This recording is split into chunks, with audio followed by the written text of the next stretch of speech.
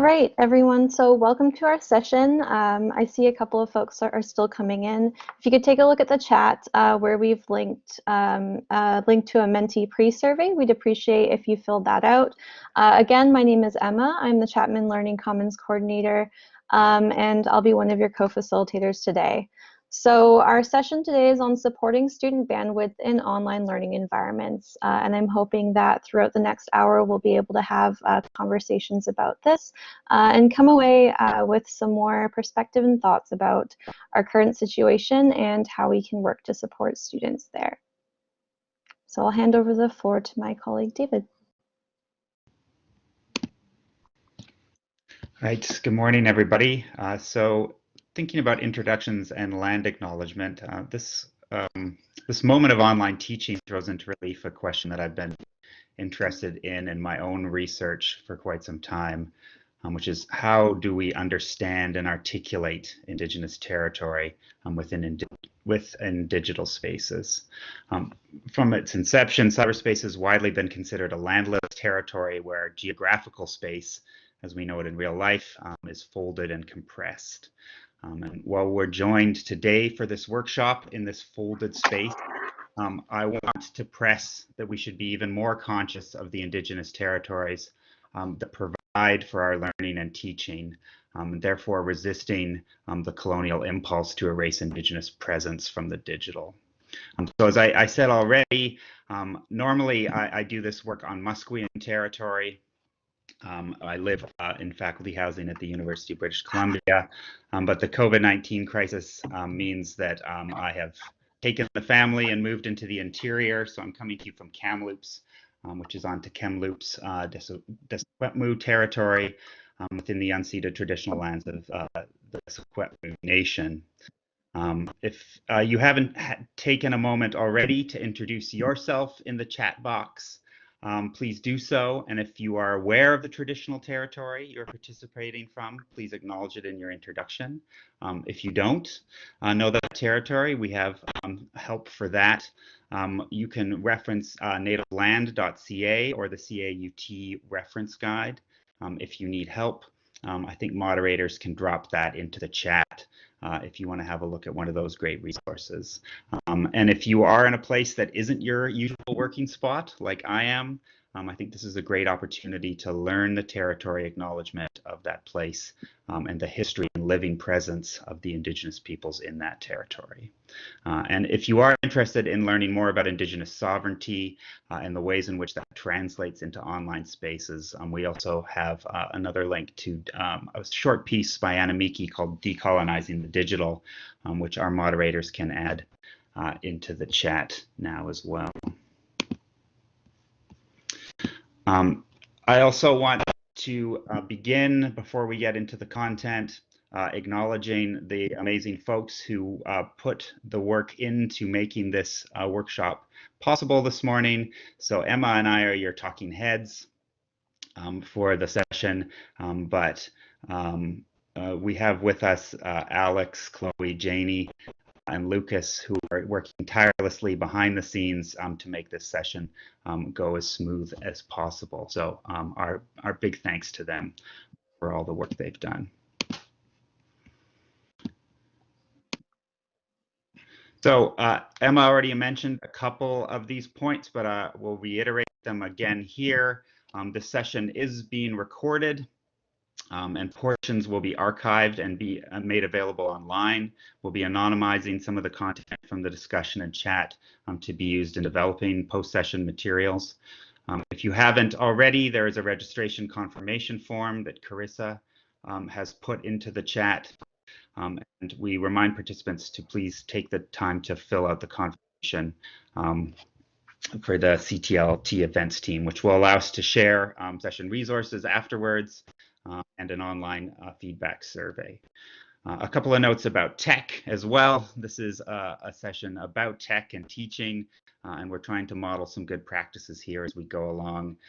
So we want to acknowledge that folks are coming to us from varying levels of bandwidth. All bandwidth is not created equal, and people will have different levels of access.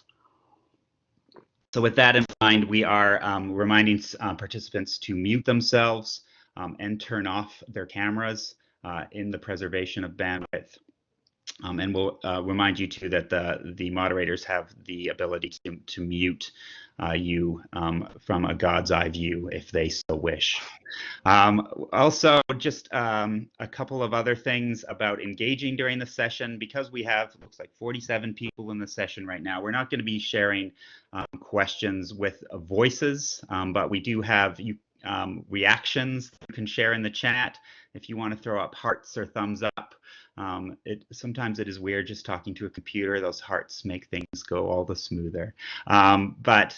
Really, if you do have pressing questions, urgent questions about the session, about pedagogy, thanks, Chloe, or about or urgent tech questions, we have, like I said, those fantastic folks behind the scenes to make sure that those questions are answered. So don't feel that you're left out in the cold. Just use the chat and we'll make sure that we can help you the best we can. So adjusting to context is the other big part of this presentation today, and thinking about what it means to move the work we do online into online teaching spaces. So we've been thinking a lot about what that means for us and bringing that session to you this morning. Some of the things we've been thinking about and to adjust to pre-pedagogical considerations for this workshop, we'll be chunking and making available digestible portions of this recorded session. We will email you today's slides. We're working to make the session materials available as an open Canvas course. And we will build community through informal virtual coffee hours. And we hope that you'll help us to co-create the content that exists here by sharing your experiences, resources, and success stories. A couple of other best practices we're modeling. As you can see, we're using Collaborate Ultra rather than Zoom or other enterprise video conferencing services because of privacy and bandwidth. We are not screen sharing during this presentation. We'll be uploading slides and sharing links in the chat, which creates less margin for error and system crashes, both on our end and on your end. We're asking you not to use cameras and microphones to preserve privacy and bandwidth. And like I said, we'll be hosting materials on Canvas as an asynchronous complement to this synchronous session.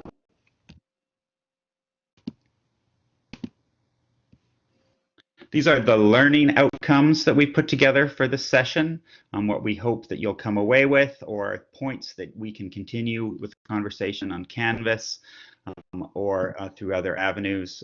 Number one, we hope to increase awareness of the impacts that the rapid transition to online learning is having on both instructors and students. Two, we want to decrease the stress on bandwidth for both students and instructors. And that metaphor of bandwidth is something we'll be unpacking a little bit further on in the presentation. We want to create minimal computing entry points to online learning that are less stressful, allowing us to learn better and live better lives. And we want to acknowledge that learning and living are coupled together right now, and to think about the whole learner.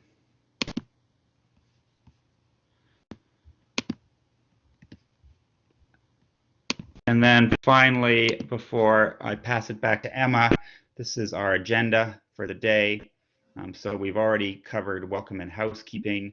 We're going to be getting into acknowledging and adjusting to the online context soon. Then we'll look at humanizing the online classroom, then followed by strategies to support and sustain bandwidth, and as well as resources and tools for students and instructors.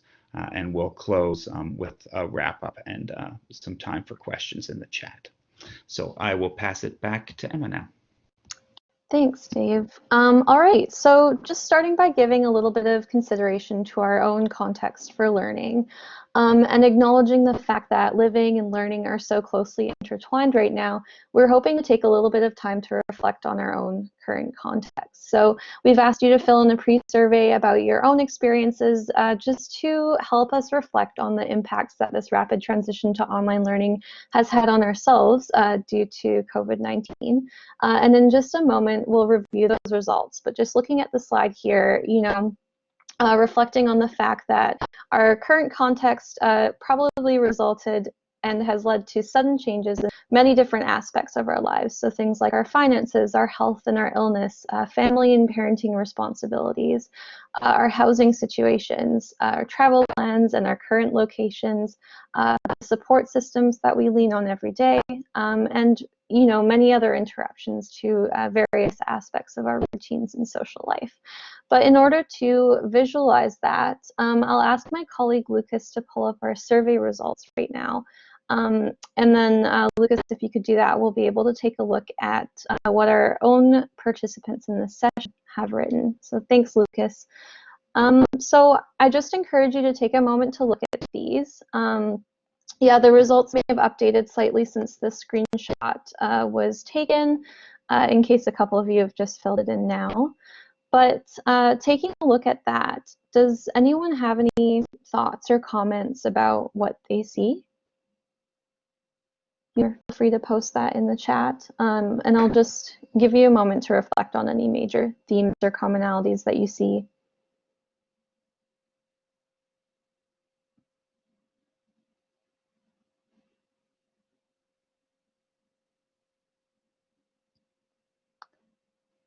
Oh, the text might be a little small.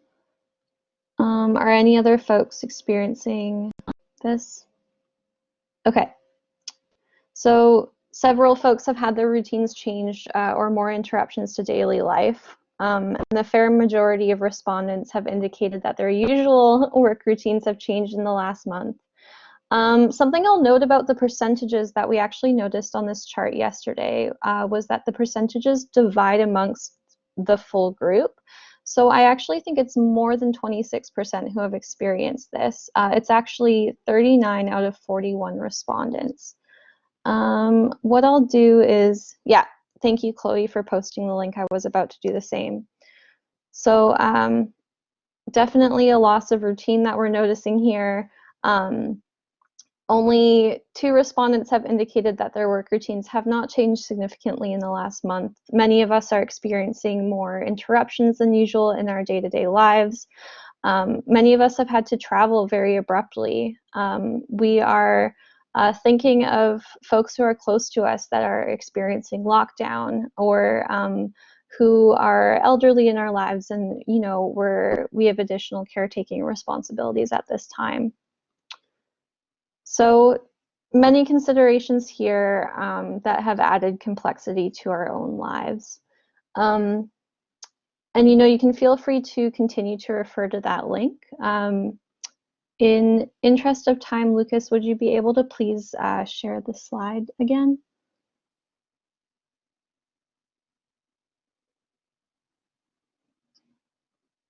And thank you to everyone who's taken the time to fill this out either this morning or yesterday. I appreciate that.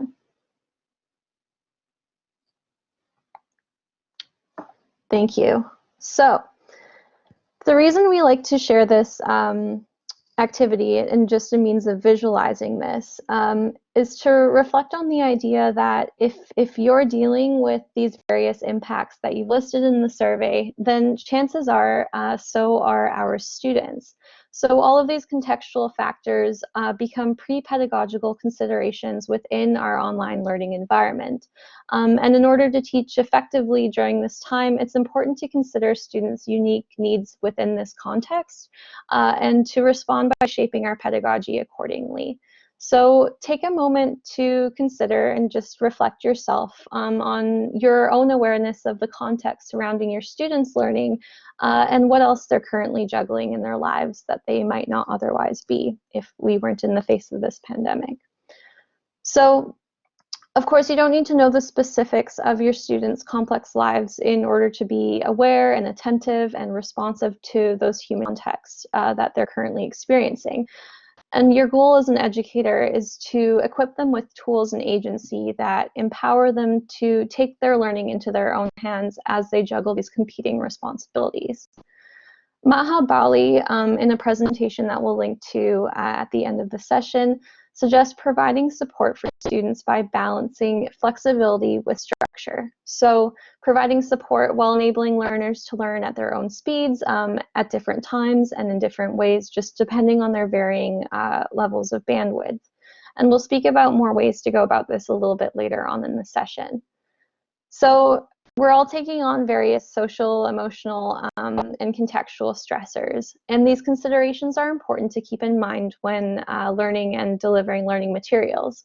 So you could design a really excellent learning experience, but we have to take that step back and make sure that our students are able to access that experience first. So just as a sort of summary on this activity, the most useful way of delivering a course for students might be different at this time than what was most useful to them 2 months ago. So, oh, there we go. So in light of this, I'm hoping that we can jump into an activity. I'm hoping that you'll consider the sorts of challenges that your students are experiencing right now. Take a few minutes to notate those on the whiteboard, and then we'll pick a few of them to revisit a little bit later on in the session. Sue Ann, that's a really excellent question. Currently referring to pedagogical issues as well as technical. David will speak a little bit more to this sort of double metaphor a little bit later in the session. Thanks, Janey, for your response as well.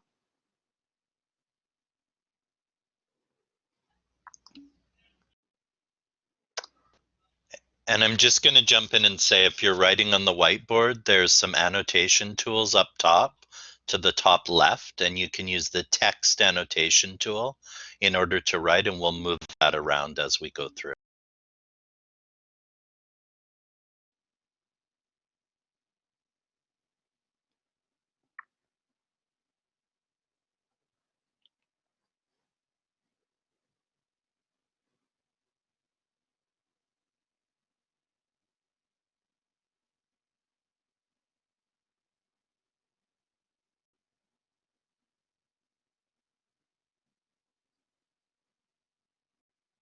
Thanks everyone for helping to populate this page.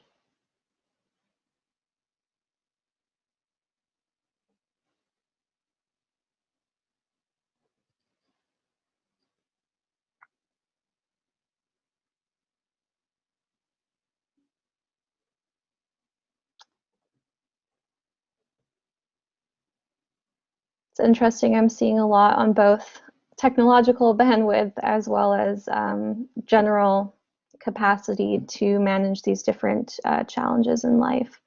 So everything from lack of adequate technology to an overwhelming pace or Zoom fatigue to ergonomic setup to worrying about friends and family, you know, concerns about a partner, having to move in with parents, disconnection or isolation from peers.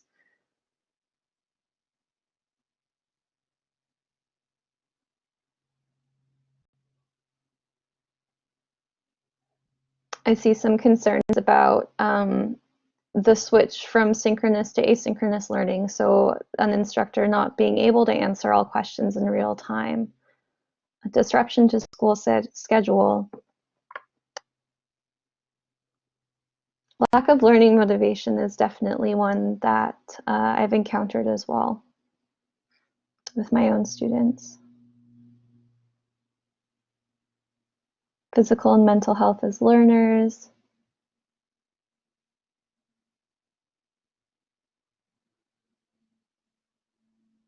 I'll give you just another moment to fill this in. These are really excellent responses.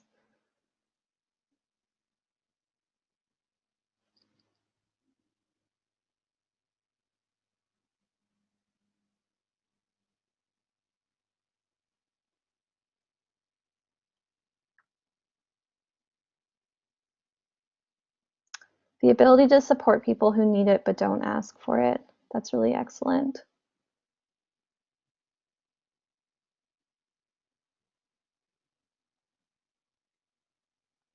All right.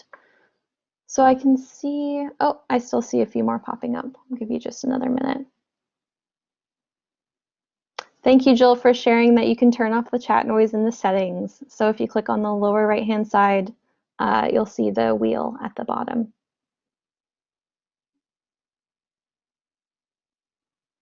Okay. So I hope that you've had a chance to take a look at these and consider that these are all different challenges which learners are currently facing during this unique time. It looks as though we'll be saving a screenshot of this slide, and so we can share it with you folks after the session just for continued access. All right, so I'll move on now to the next slide.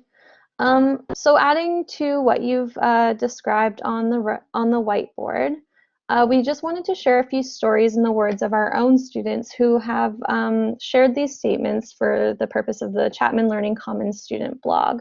So with these students' consent, I'll just read a couple of quotes before we shift into a discussion of bandwidth strategies and resources in order to help address these various challenges that you've identified on the previous slide. So we share these in order to encourage you to reflect on the stories that your own students have shared with you.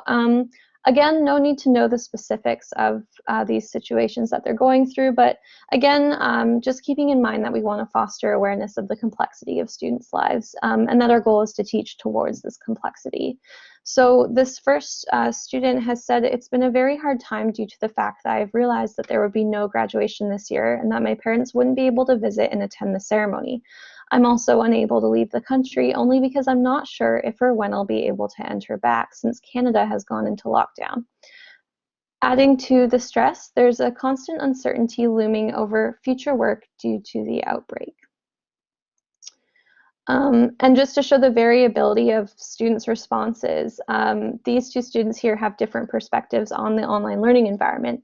One finds it quite positive and says, I find it much easier to articulate myself on a Canvas discussion board when there aren't 50 other eyes on me. Also, the virtual space provides a sense of anonymity when it comes to asking questions on Collaborate Ultra. Whereas another student says, I did not enjoy the online environment because it was missing the human interaction element. And I know that this is something that came up in the challenges slide previously. The student says, it became harder to concentrate on the lecture with a lot more distractions present in sight. For example, the chat. And lastly, the student speaks to concerns with their family and says, it's indeed been difficult to take care of myself and my family. I have both my parents living in Vancouver, which is great, but at the same time very scary. My dad still works and interacts with people because of his job. I don't even want to think what would happen if he caught the virus. My worrying gets intensified knowing that both of my parents may also be at risk. I hope that everyone can keep the safety of our friends and family in mind so that we can work towards building a safer community. So these, the other concerns mentioned, and those that we share with our own concerns, all impact students' bandwidth, which David will share about in just a moment. These statements from students, to answer Adele's questions and Cecilia, they're from a blog post that was written by Chapman Learning Commons student staff. And it's posted on the Chapman Learning Commons website. I'm going to be sharing links to this writing towards the end of the session. All right, so I'll hand over the floor now to David. Thanks, Emma. I'm just looking at the chat right now, and I know Jens has noted that multitasking becomes a big part of the question, and I think that's a nice transition into how we're thinking about bandwidth in these contexts. As some of you have already noted in the chat, we're using bandwidth as sort of a split function term here. So traditionally, bandwidth in a technological sense is the amount of data that can be transmitted in a fixed amount of time. And we're using it here to, one, quantify the amount of information that is transmitted to student laptops and phones in online teaching, and two, to capture the cognitive load of online learning for both students and instructors. So switching back and forth between those two uses of the term. But in both cases, bandwidth is a finite resource. Many students access course materials on their phones via shared or borrowed internet internet or on older machines that cannot handle heavyweight technologies. At the same time, many are also going through varying levels of emotional and financial stress, as we've just been talking about in the previous slides, and have circumstances at home that take space they might normally commit to learning. Teaching with student bandwidth in mind usually doesn't hurt anyone, and to the contrary can benefit everyone, including the instructor, and I think particularly so when you get to grading. So keep in mind that attention to student bandwidth in both senses should be a consideration in all your teaching, but we think it's especially important to think about in an online context, and even more important to think about in the context of our current global pandemic when everyone is under more stress.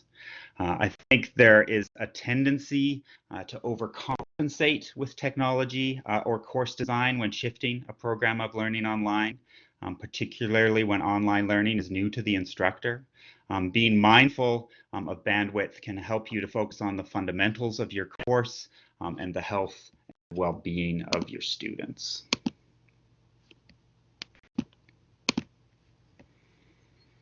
So there are a number of factors impacting student bandwidth right now, of course, including health, safety, financial stability, just to name a few. So finding gentle ways to acknowledge limited bandwidth while creating learning opportunities that respond to bandwidth tax on the slide here should be a huge part of how you conceptualize your course development right now. One of the most clear ways to do so is by distinguishing between synchronous and asynchronous delivery. Those are terms you might have heard a lot of in the last few weeks. I think one of the most basic points we want to make today is that taking your course online does not necessarily mean that you have to conduct a 3-hour Zoom lecture every week at your regular class time. Synchronous lectures, particularly with screen sharing, require huge amounts of data and put high stress on machines and data plans. They also require cognitive bandwidth insofar as students, likely with multiple other obligations, must tune in at a specific time and devote attention in complicated environments. Generally, we think of asynchronous or on-demand learning as low bandwidth learning. Asynchronous lectures and discussions use lightweight internet tools and hack technology to meet the needs and limitations of our students. They are available when the students can and want to access them, and multiple times if they need to, and thus can be tuned into individual schedules and invite multiple levels of engagement via email, discussion posts, audio, video, graphic, so on and so forth.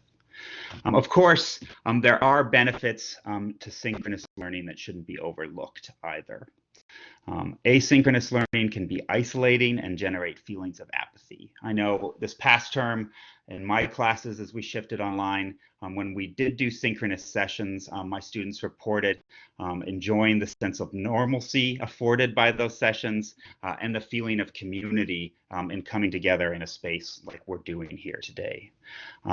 So how you balance your asynchronous and synchronous content should be done in terms of cost-benefit analysis with bandwidth used as a measuring stick. So what is essential about being present in a synchronous environment / situation, and how does it integrally connect to your course or learning objectives? Is synchronicity essential? If not, is there an asynchronous component?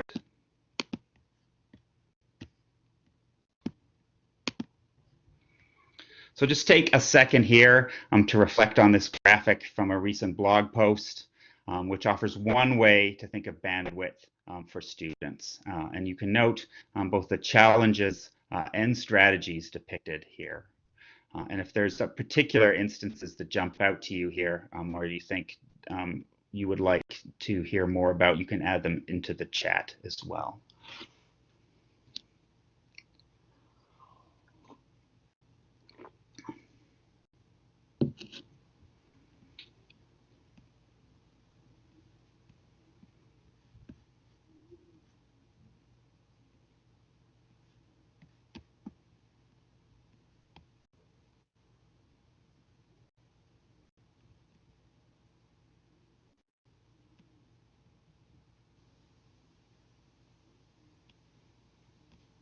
There's already some great examples in the chat right now.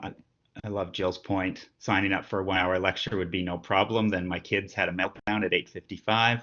I've done that one too.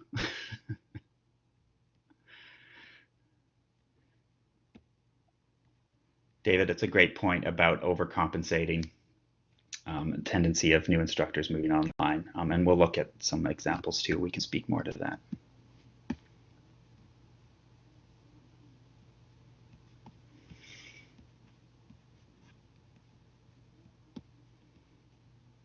And yeah, Tamara, I think there's definitely value in synchronous. I'm not one of those instructors who is all for async content. I think you're totally right that the sense of community and normalcy afforded is a beneficial element. But again, I think it's about balancing async and sync content together.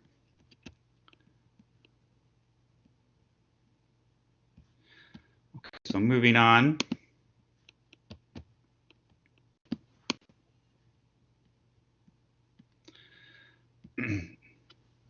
So we've put together a short handout on what we're calling gentle pedagogies here, and ways to integrate materials into your own course development. And Lucas is going to drop that link into the chat for you to have a look at.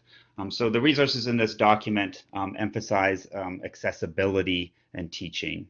And by accessible, we're using that bandwidth metaphor. So thinking about low bandwidth lectures, assignments, and discussions that teach towards the challenges that students are currently facing. And in this handout, we're drawing heavily on the disabled ingenuity that provided accessible online teaching far before COVID-19. An emphasis in the handout is on asynchronous learning and community building. And I'm just going to be looking under the number 2, be gentle, at the points in Roman numerals there. So these are some strategies to help slow things down while keeping that sense of community and normalcy that Tamara noted as well as an important part of what we can offer to students. So the first point is know your students.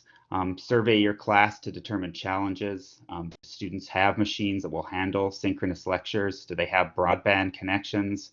Are they accessing the internet on their phone via data plans? Do they have specific accessibility requests, transcription requests, image descriptions, etc.?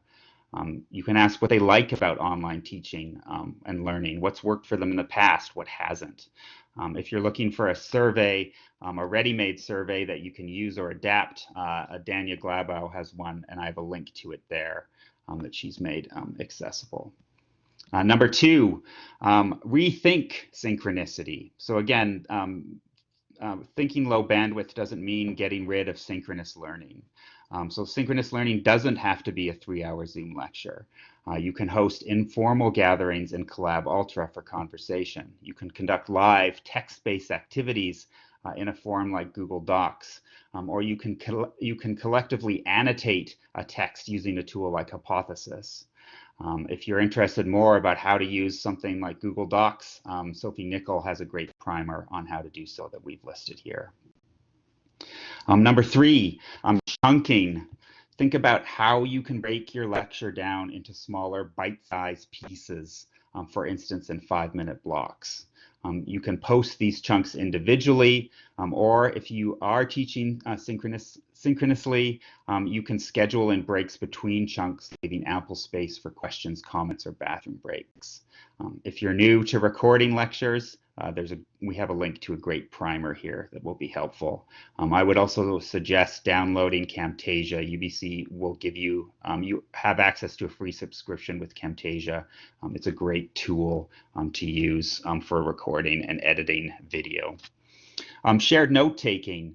Again, Google Docs is a simple answer to this. I might note here that I am not a huge fan of enterprise technologies, but I think part of what it means to move these courses online is thinking about the technologies that you are familiar with and what works for you. So there's problems with Google and data harvesting that I'm not going to get into too much here, but I think Google Docs becomes a really simple answer, and in these contexts is not too damaging.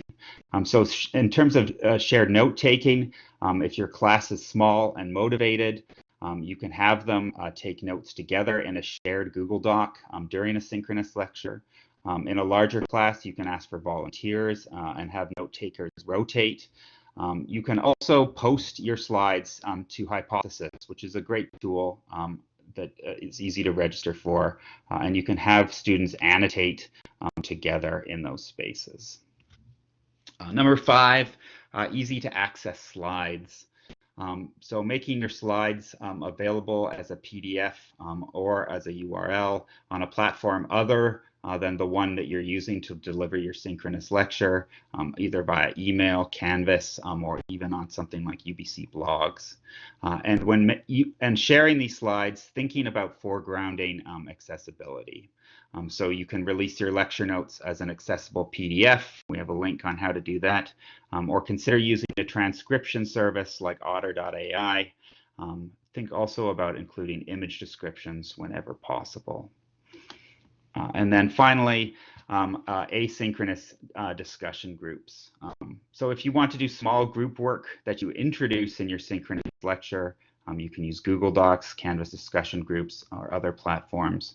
But being mindful that discussions themselves do not have to happen in the space of the synchronous lecture. You can leave them open for a day, or even a week, or even the term. I would suggest not grading for grammar and typos in these assignments. It's only going to inhibit student participation.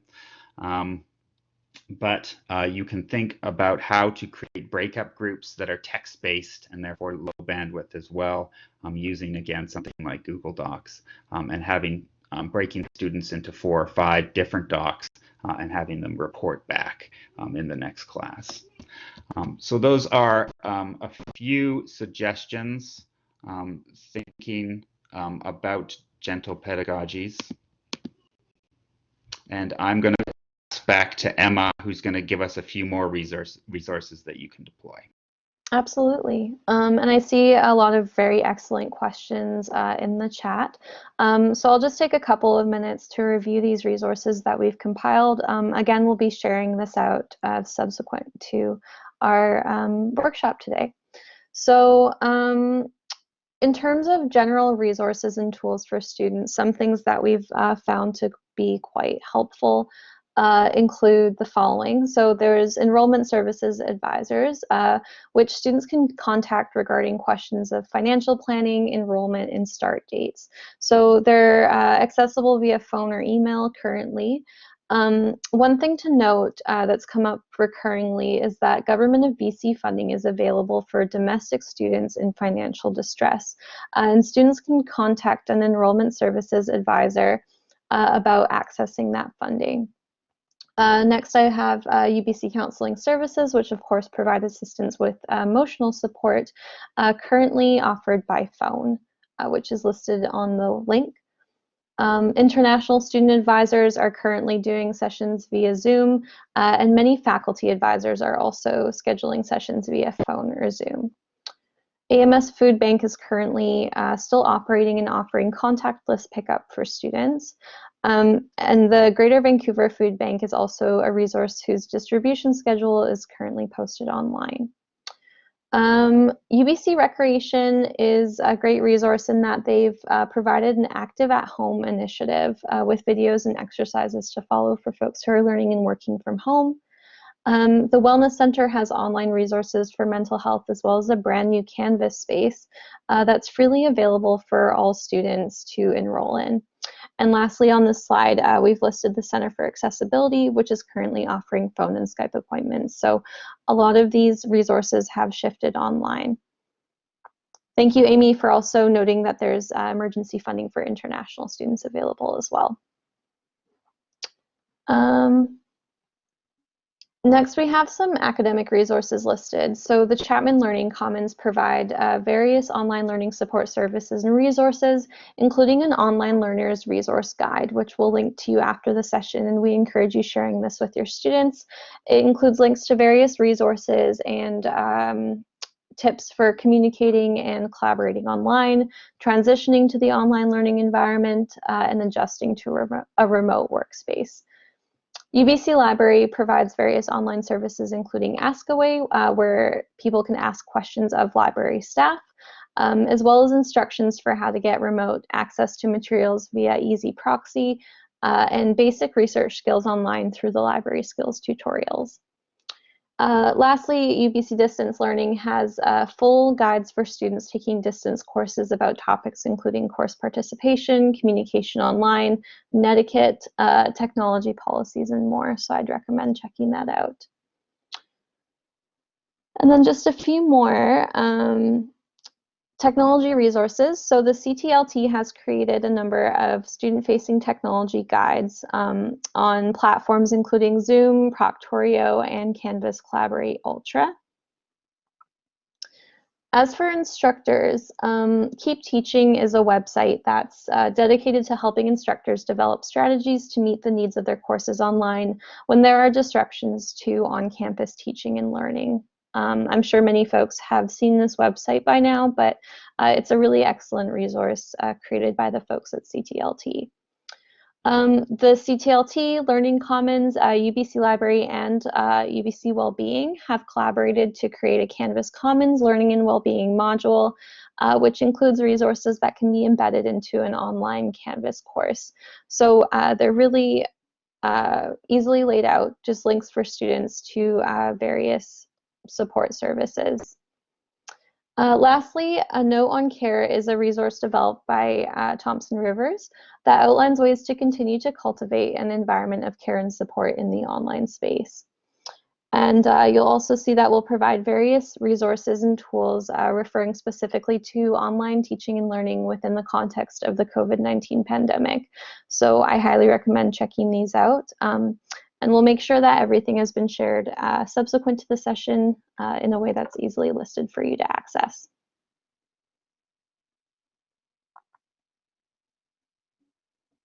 Lastly, here are the students' stories that I referred to earlier. And again, we'll be including the link to the Learning Commons student blogs, as well as the UBC Life student blog, which is another really excellent resource for students to hear from other students about their own experiences. So with that, we've reserved a little bit of time to discuss any questions or challenges that have come up throughout the duration of this session. So I think our moderators may have compiled a list of questions for the end of the session. And so I have a couple of them here. I'll read them out and then, oh, yes, also feel free to comment. That'd be really excellent.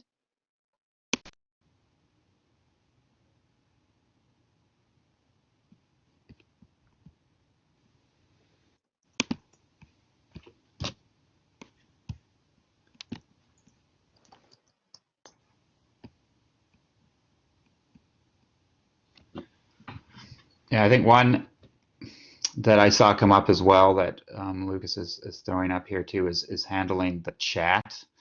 I saw one participant here mention that handling the chat was a place where students were venting frustration and becoming a distraction for that kind of learning, which is a difficult problem to handle, and I'm not necessarily sure the best way to address that, but I think it is one worth flagging. And if anybody has found solutions to that that they'd like to enter into the chat, I think we'd appreciate hearing from other people. I mean, I think for me, setting rules and protocols ahead of time about how the chat functions and how students should be using it is a good way to start. setting protocols at the beginning for how online tools can be used most effectively, and then simply referring to those protocols if students get off course when they're using the tool. But I mean, that's not always going to solve it, and it's not always easy to monitor when you're teaching a large class with a bunch of chat happening in there. Yeah, one thing that Cecilia has recommended in the chat is that perhaps a TA or assistant, if available, could moderate the chat so that the instructor can focus on delivery. So Yeah. similarly to how our excellent moderators have been helping us out with the chat today, which we're very grateful for, that could potentially be an option if it's available to you. Mm-hmm. Killeen suggests setting a rule that after a chunk or module will stop and cover the chat question. So that's another really excellent example of chunking material, but just in a chat box. Right. Let's see. David, I just wanted to point out a couple people are asking about bandwidth versus cognitive load and bandwidth versus technical issues. Right. Okay. So to clarify, we're thinking of bandwidth. So there's the purely technological definition of bandwidth, and that is how much information is being ported from your machine to your students' machines. So when we're using video chat like we are right now, and a whiteboard like we are right now, that is a large amount of data that is being moved through the internet from one machine to the other.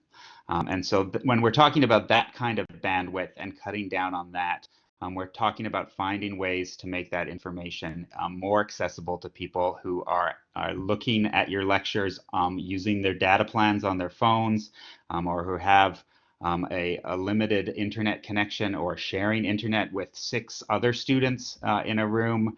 That information is not going to come through as smooth and clean to somebody who is in their parents' house with the 300 level internet in that space. This is a problem with synchronous lectures in the amount of data that's getting sent across, and that is a purely technical concern that we're worried about. So I've been recommending in some cases is thinking about how you could record lectures without video, for instance, how you can use text-based tools in order to share data, in order to make the way that that data is distributed more equitable. The other side is the cognitive load, and that is just about how much information is being piled into students' brains. They have all these other things in their lives going on as well. So in that sense, we're using the bandwidth the idea metaphorically to think about how much information students can actually deal with at a time. And for lots of students, they've never taken an online class before, so they are also trying to figure out their own learning strategies for grappling with those ideas.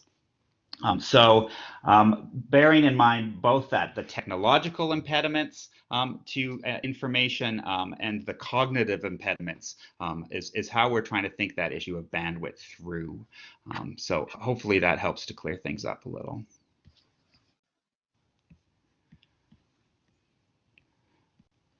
Any others that are jumping out, moderators, that you saw a lot of? I think managing student expectations is an important one. I think for me, being really clear in your syllabus again is a huge part of what that means. I think as somebody who teaches in new media and technology, being really open with students that there are going to be mistakes and that there are going to be hiccups in the course, and that working together as part of the learning process can be helpful in negotiating that. Emma, any thoughts on managing student expectations? Yeah, I mean, I think it's sort of a dual track, right? Being able to adjust our own expectations of our students' output, as well as being very clear about students, at least in our case, working with a group of 17 student staff, that their own output isn't going to be the same than it would have been before this. So for me, it really comes down to reflecting on that idea of transitioning to working remotely or working online versus trying to manage in the midst of a pandemic when we've had a good 2 or 3 days to switch all of our processes to the online space. So for us, at least, it's really just been about ongoing and transparent communication about where we are at as students, supervisors, or in your case, instructors. And also just being very gentle with students in acknowledging that our own expectations of them are not the same when it comes to whatever productive output as it would have been before this. So long story short, it's not going to be the same as it was.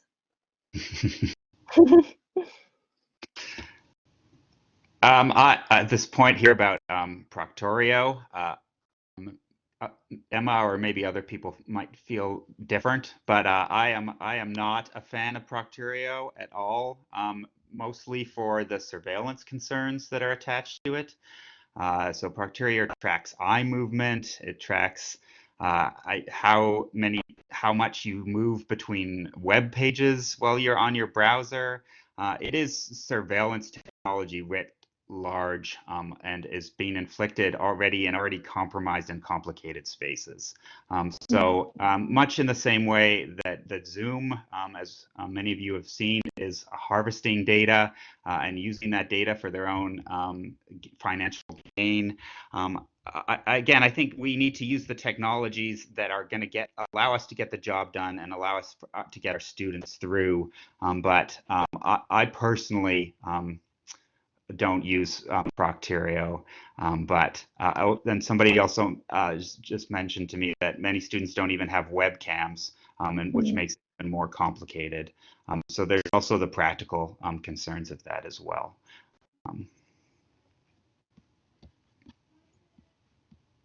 Anastasia has asked David, what do you use instead of Proctorio?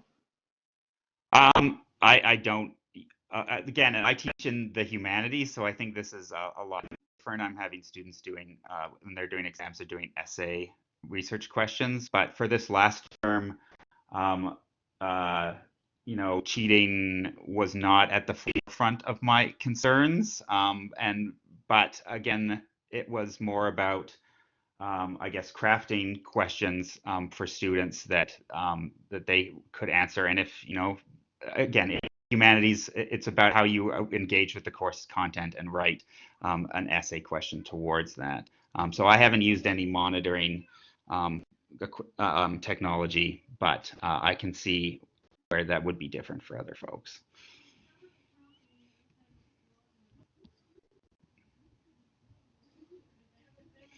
I think this question about overcompensation is a good one. I think I've seen a lot of friends and colleagues who are teaching who are wanting to integrate new technologies into their teaching loads. So they're like, oh, well, maybe I'll have students make a podcast for this, but having no experience in what that looks like, developing new learning outcomes or new deliverables when they don't have the training on how to use them. Or how to get students to use them is an easy way to overcompensate. Overloading your syllabus with assignments. Be mindful that if you've never graded online, it's different than grading on paper. There's a different bandwidth tax on you.